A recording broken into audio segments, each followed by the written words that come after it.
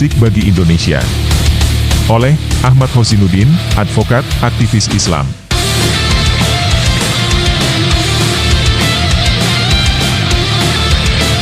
Untuk presiden terpilih, saya bilang jangan bawa orang toksik ke kepemerintahanmu, itu akan sangat merugikan kita, kata Menteri Koordinator Bidang Kemaritiman dan Investasi Luhut Binsar Panjaitan, 3 Mei 2024. Luhut mengungkapkan pesannya kepada Presiden terpilih 2024 hingga 2029 Prabowo Subianto terkait pemerintahan ke depan. Luhut meminta Prabowo Subianto untuk tidak membawa orang toksik atau bermasalah ke kabinetnya. Tidak dijelaskan secara rinci apa yang dimaksud dengan orang yang bermasalah. Namun, melalui cerita yang diilustrasikan Luhut, terlihat jelas yang dimaksud orang yang bermasalah adalah orang yang tak sejalan dengan kebijakan Luhut.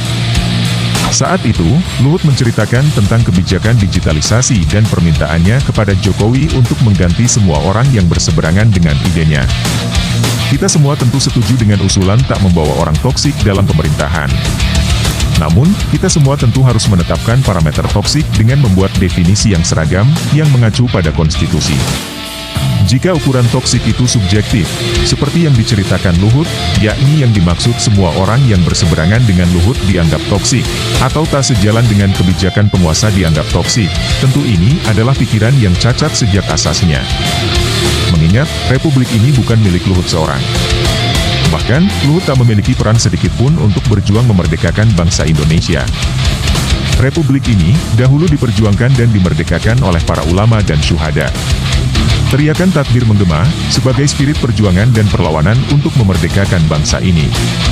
Karena itu, untuk membuat batasan definisi dan parameter toksik, sebaiknya kita mengacu pada konstitusi. Sebab, konstitusi adalah perwujudan kesepakatan berbangsa untuk membuat definisi tentang apa kebajikan dan keburukan, termasuk apa itu toksik dalam perspektif bernegara. Segala hal, baik perilaku, sikap, dan pandangan yang bertentangan dengan konstitusi adalah toksik. Orang-orang yang memiliki perilaku, sikap, dan pandangan yang bertentangan dengan konstitusi, merekalah toksik itu. Dalam konstitusi, kebebasan berpendapat dijamin. Dalam konstitusi, kekayaan SDA digunakan untuk sebesar-besarnya kemakmuran rakyat. Dalam hal ini, Pasal 28E ayat 3 dan Pasal 33 ayat 3 UUD 1945, tegas menyatakan, setiap orang berhak atas kebebasan berserikat, berkumpul, dan mengeluarkan pendapat. Bumi, air dan kekayaan yang terkandung di dalamnya dikuasai oleh negara dan dipergunakan sebesar-besarnya bagi kemakmuran rakyat. Luhut, toksik bagi Indonesia, jangan tempatkan di kabinet Prabowo. Dengan dua parameter toksik yang merujuk konstitusi, yakni kebebasan berpendapat dan pengelolaan SDA untuk kemakmuran rakyat, Luhut terbukti toksik. Luhut adalah orang yang bermasalah secara konstitusi. Pertama, dalam isu kebebasan berpendapat, Luhut berusaha membungkam Haris Azhar dan Fathia Maulidiyanti dengan membuat laporan polisi atas tuduhan pencemaran nama baik dan mengedarkan kabar tidak pasti, kabar bohong.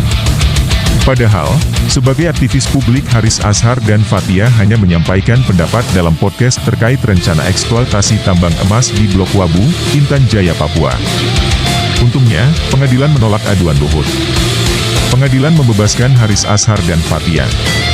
Bahkan, Mahkamah Konstitusi juga membatalkan Pasal 14 Ayat 1 dan 2 dan Pasal 15 Undang-Undang Nomor 1 1946 yang selama ini dijadikan sarana untuk membungkam kebebasan berpendapat.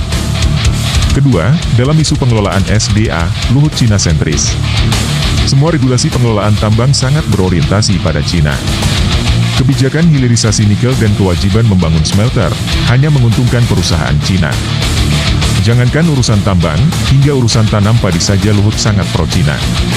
Padahal, kekayaan SDA kita, sesuai amanah konstitusi, adalah untuk sebesar-besarnya kemakmuran rakyat, bukan kemakmuran Cina. Karena itu, cukup sudah kerusakan yang ditimbulkan Luhut akibat kebijakannya yang pro-Cina. Prabowo jangan sampai menempatkan Luhut di kementerian kabinet, yang akan berdampak pada kerusakan lebih parah, yakni perampokan SDA Indonesia yang tujuannya untuk sebesar-besarnya kemakmuran Cina. Orang-orang toksik seperti Luhut ini, sudah waktunya diamputasi dari kekuasaan. Sangat berbahaya bagi eksistensi dan keberlangsungan sebuah bangsa. Karena orientasi pikirannya hanya pada bisnis pribadi dan lingkarannya. Tak pernah memikirkan nasib rakyat dan masa depan bangsanya.